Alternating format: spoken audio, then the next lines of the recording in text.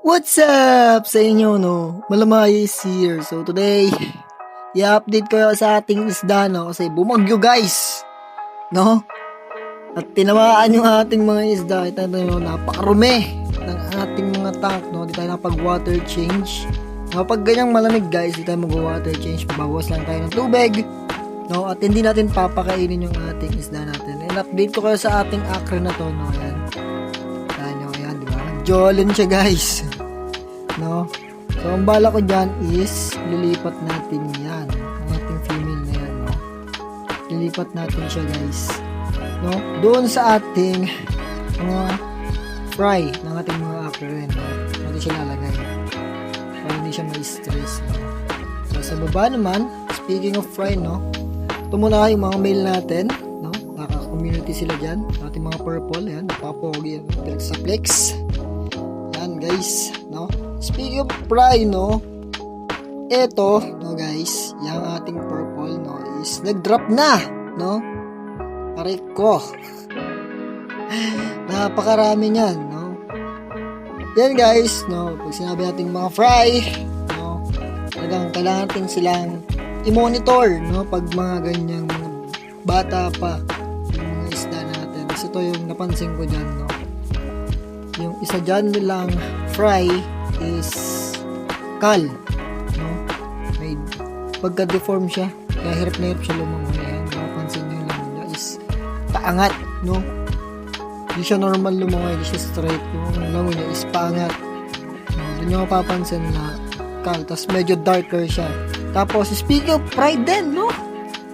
Meron dito sa ating mga glass belly na leopard, no? Leopard short body glass belly, no?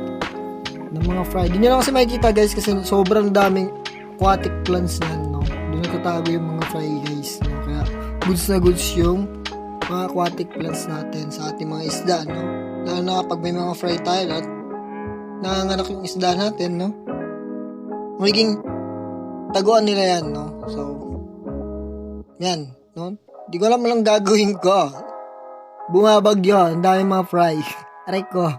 Tapos ito nga pala yung update sa ating mga acre. Ayan, guys, nagmo-molting na sila. Tapos yung isa dyan yung PKBM na isang piraso lang. Fortunately, yung mother niya is tumatay na. So, napilitan lang siya i-drop. Tapos siguro, yun, pumanaw na. Wala tayong magagawa. Gawin ng cycle ng isda eh. Nagkaroon siya ng sakit. Di naman ng sakit niya. Bigla siya nangayayat eh. No? Yan, guys. Yung ating mga fry. No? Kasi nandito, di ko alam. Tapos ito, yung ginagamit kong kain ng ating mga isda, no? Mapa breeder man or fry, no? Yung ating ginagamit is decapsulated BBS sa ating mga guppies, no? Yun yung gamit ko, guys. Tapos ito naman yung ginagamit ko sa ating mga molly, yung ating bait na feeds, no? Na medium size. Yan ginagamit ko sa nila. Dito sa mga acre natin, no? Isang beses na tayo nagpapakain, pero today, di tayo nagpakain sa lahat, no? Kasi nga, maulan. At gagamitin na natin tong cage na to. Ayan, no? Yung cage na yan, yung gagamitin natin doon sa ating breeder na acre. Kasi nga, my God, sobrang jolin niya. At ito, no? Na-separate na natin yung ating mga purple dragon. Ayan, guys. Marami yan. Total of 16 ng ating purple, tapos yung nag-iisang kalay yung sobrang itim, no?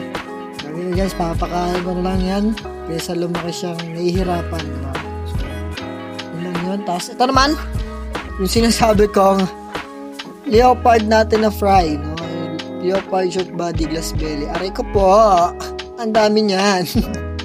A total of 45. Oh my goodness, napakarami, no?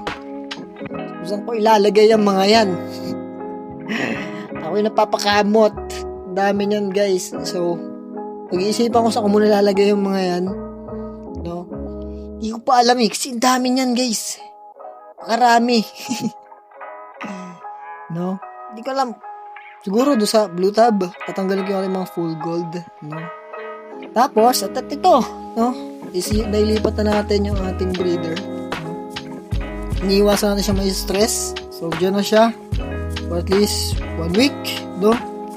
Hanggang sa mapag-drop siya ng payapa, no? Maglagay rin tayo ng mga aquatic plants para hindi na sumut dyan sa cage yung ating mga fry. So yun lang, in-update ko lang kayo sa ating mga isda, no?